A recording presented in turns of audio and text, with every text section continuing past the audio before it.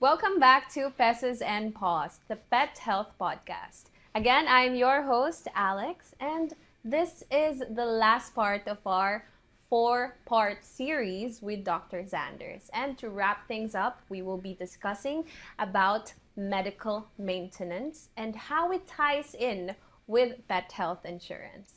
Again, please welcome our guest veterinary doctor, Dr. Zanders. Welcome back. Hello, thank you again, Alex. Sana hindi kayo nagsasawa sa akin dito. Yes, I doubt. I believe itong mga pet owners, these fur parents are very happy to see us once again. Kahit ito na yung last part natin for this series. Okay. So, Doc, let me ask you, can you please tell us about medical maintenance? Okay. Medical maintenance is about wellness. Mm-hmm. Baka pag inisip natin, pag sinabi natin kasing maintenance, yung mga gamot na kailangan ibigay for heart condition, blood pressure, not necessary like that, but it's part of it. Okay? Number 1, yung wellness. Kailan ba tayo kailangan magpabakuna ng alaga natin? Number 2, kailan yung check-up nila? Number 3, dental health. So, bumabaho na ba yung hininga ng pet mo? So, yun yung mga yung mga maintenance na needed natin. Okay. So, yung mga medical maintenance. Not necessarily na maintenance for blood pressure or maintenance for existing problem ng alaga natin.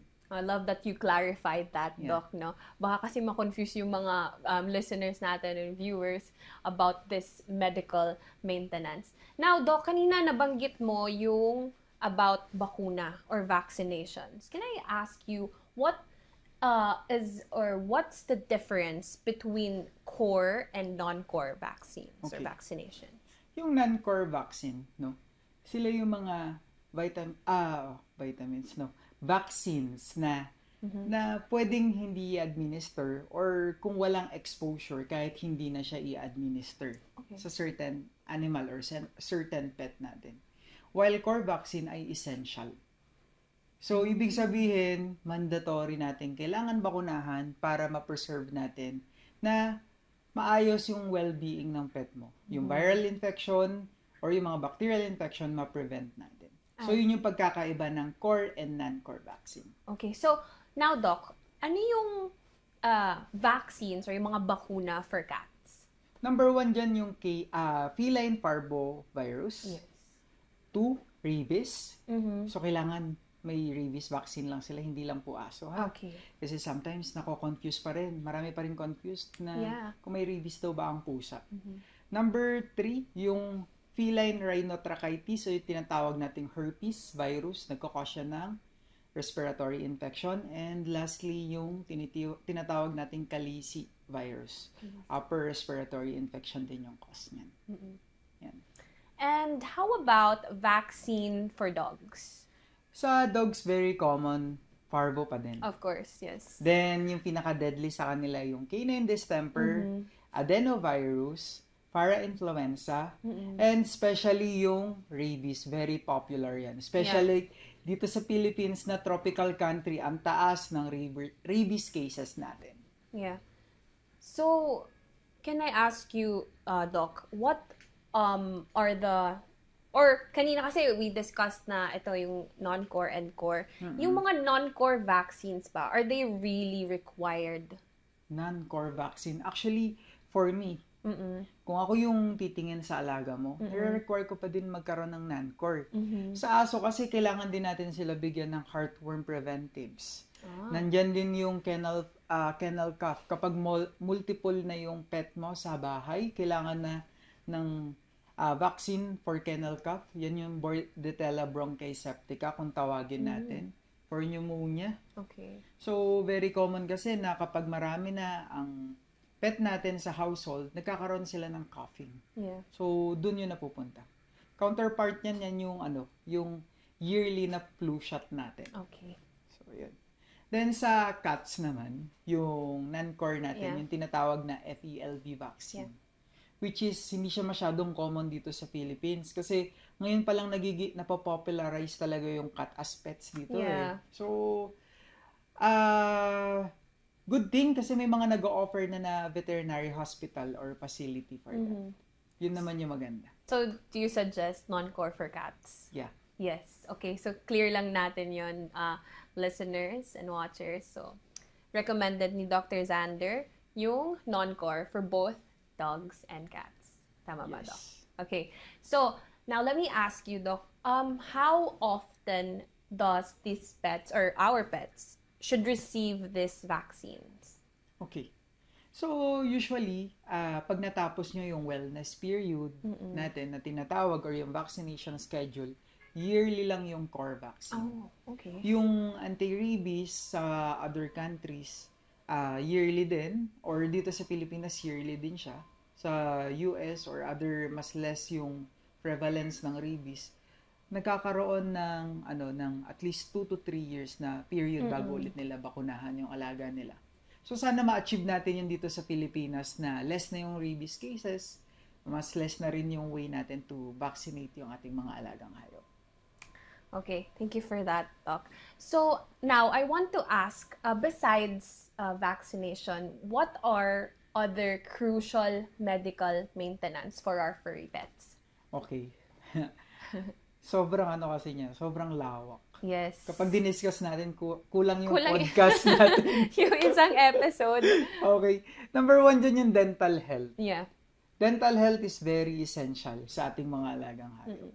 Kasi, sinasabi nga nila, sa mouth nagsistart yung health ng alaga natin. Kung ano yung kinakain, yun yung magmamanifest sa kanila. Okay? Yung oral health, dapat at least every year natin napapacheck yung bibig nila. Every year, okay. Then, alam nyo ba na kailangan din natin na i-toothbrush yung pet natin every day, parang ikaw. Diba? Then, every 6 months, kahit papaano, kailangan mag-consult tayo sa vets para makita lang natin kung kamusta na yung dental health nila. Sometimes, nagre-require din kami ng mga x-ray, dental x-ray, and even CT scan for dental health para makita and ma-preserve natin yung ipin ng alaga natin. So, yun yung sa dental health. Okay. Other than that, natin yung wellness. Nabanggit ko na kanina yung vaccination. So, yung vaccination, dapat matapos natin yung core, especially yung core. Kung hindi na kaya, pag-ipunan natin yung non-core pa din. Kasi dito sa Philippines, may mga areas tayo dito sa Pilipinas na mas maraming case ni heartworm. So, nagre-require kami ng may pro-heart vaccination talaga. Mas marami yung cases ni lepto. So, yung area na to, magbibigay kami ng more lepto vaccine, leptospirosis. So, yung mga ganyang bagay, kailangan talaga nating alamin. Alright. Kasi, wag din tayo magtataka. Kasi may maraming common misconception eh. Yeah. Yung isa sa mga common misconceptions dito sa Pilipinas, Dok, bakit iba yung vaccination protocol namin sa vaccination protocol nila sa other vet na kausap namin? Yung reason nun, maaaring yung location. Yeah. Yung location kasi nagde-dictate kung ano yung sakit na endemic dun sa population. So, kailangan nating alamin yun. Huwag kayong magalit dun sa vet na nagre-require ng ganito. Baka kasi mas na-experience niya na maraming sakit dito sa area na to. I see. Tama. So, another one, meron kaming guidelines, yung tinatawag nating WASABA. So, hindi na natin i-elaborate fully kasi mauubos talaga yung time natin. So, alamin na lang natin by going sa ating mga veterinaryo kung ano yung mas kailangan nating bakuna para dito. Okay? Tama. So, yun. Sa pusa naman, yung mga FELV, nabanggit ko yung non-core natin kanina. Pagka nakakalabas yung alaga mo or may access from outdoor, kailangan ma-check mo naman na yung pasyente mabigyan ng FELV vaccine. Kasi nakukuha yan through deep bite. Okay. So, kinakagat ng infected na cat or minsan nangyayari kasi kapag naglalandi sila. Okay. So, nagiging aggressive yung other male cat na magkaroon ng penetration sa female cat, kakagatin nila sa bato. So, doon natatransfer yung isang sakit. Yung tinatawag nating FELV vaccine. Okay. So, yun lang naman yung nakikita ko sa core and non-core. Another one, kung kailan natin pwedeng ipa-check up yung ating mga alaga. Usually, nire-require namin, 1-year-old to 4 years old, at least once a year general check-up. 4 years old onwards, every 6 months. Ikaw nga nagpapacheck up ka yearly. True. Paano pa yung pet mo na compact sa 10 to 15 years old yung lifestyle nila, yung lifespan nila, di ba? So, dapat may check up din sila. So, para ma-prevent natin yung further disease. Every year or like every 6 months? How many? Depende sa age. Depende sa age. Yung 1 to 4 years old, once a year. Okay. Then, 4 onwards, at least every 6 months yung check-up. Oh. Iba pa kapag yung patient mo is merong heart problem, existing disease. Diseases, so, sometimes i-require kayo every month yung visit. Mm-mm. Pagka medyo tinututukan talaga yung case, like mga CKD cases, every week yung check-up. May mga ganun. So, yun, naka-base yun sa pangangailangan ng alaga natin. Hindi siya naka-base on kagustuhan lang ng vet mo. Tama. So, nandun yun. Dapat maging proactive tayo. Yes. Because I believe, Doc, kayo yung nakakaalam eh. Kayo yung mas nakakaalam on what's happening with our pets. Yeah. So, it's just up to us to go to you and learn more about what's currently really happening with our pets. Tama ba, Doc? Tama. Okay. So now, Doc, I want to ask you, how does pet health insurance complements preventive care? Okay. So, most likely, number 1 dyan, no? Yung pet insurance kasi, nakocover niya even the consultation eh. Oh. Oo. Okay. Consultation, pupunta ka sa vet for check-up, tapos may ma-diagnose, nakocover niya. Mm-hmm. So, yung financial burden, nai-ease din tayo. Again, with the financial burden, listeners. Sorry, paulit-ulit yung financial burden, pero yes, we have to discuss talaga tayo. that. Tama. Yung mental health din natin. Okay, reimburse ko na lang to. Babalik yung pera ko. Pa-check ko lang yung aso ko, yung pusa ko, di ba? So, yung mga ganong bagay, ang laking tulong talaga ng insurance, especially yung standard pet insurance. I love that, Doc. Thank you for emphasizing that information. Now, Doc, I want to ask you, since this is our last episode for this 4-part series, what do you want our listeners to take away, to really take away? What's the information you want our listeners to take away from our conversation today? Okay. Number 1, yung wellness ng alaga natin is naka-base pa rin kung paano natin sila alagaan. So, kailangan ng responsible parenting, pet parenting sa kanila. Andyan yung vaccination, dental health, mga maintenance, check-up. So, kung gusto mong i-prolong yung life ng alaga mo, dapat proactive pet owner ka.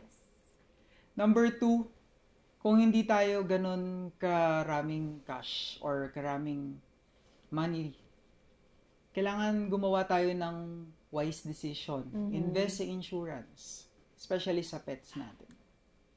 Then, 3, kailangan maging proactive pet owner. Yun naman lagi yung pinapromote ko namin as veterinarian. Yung mga proactive pet owner kasi, sila yung usually nagkakaroon ng mahabang buhay na pets. Yeah. And masaya tayo kapag long yung life nila, Exactly. right? May companion tayo, may kasama Yes. tayo. So, millennials and Gen Z and other generation. So, kung gusto nyo ng kasama, companion na matagal sa life nyo, make sure alagaan natin sila. So, alam ko, career-driven tayo, right? Ikaw, Alex, yes, career-driven ka eh. So, Siyempre. But syempre, importante pa rin sa akin ang aking pet. So, matutulungan nila tayo by nare-relieve nila yung stress natin. So, make sure natin na maibigay din natin yung right care for them. Of course. Tama? Yes. Yeah. Definitely. I 100% agree, Doc. Xander, thank you so much for sharing your insights and all this information about medical maintenance. Sobrang daming, I'm sure sobrang daming natutunan ng ating listeners and viewers today. Yeah. Thank you so much Thank for you. for joining us in the 4-part series, Doc Xander. Thank you. Yun lang. Most likely, kailangan lang talaga nating maging proactive. Proactive. Yes. Ulit-ulitin natin yung word. #proactive. Yan natin ang hashtag nating mga pet owners. Tama ba, Doc? Tama. Yes. To our listeners, thank you so much for joining us in this 4-part series. I hope you found this episode very helpful. And if you want to learn more about the Standard Insurance Pet Health, you can go and visit their website and their Facebook account. Join us next time for tips and information about our furry friends. Until then, see you. Bye. Bye.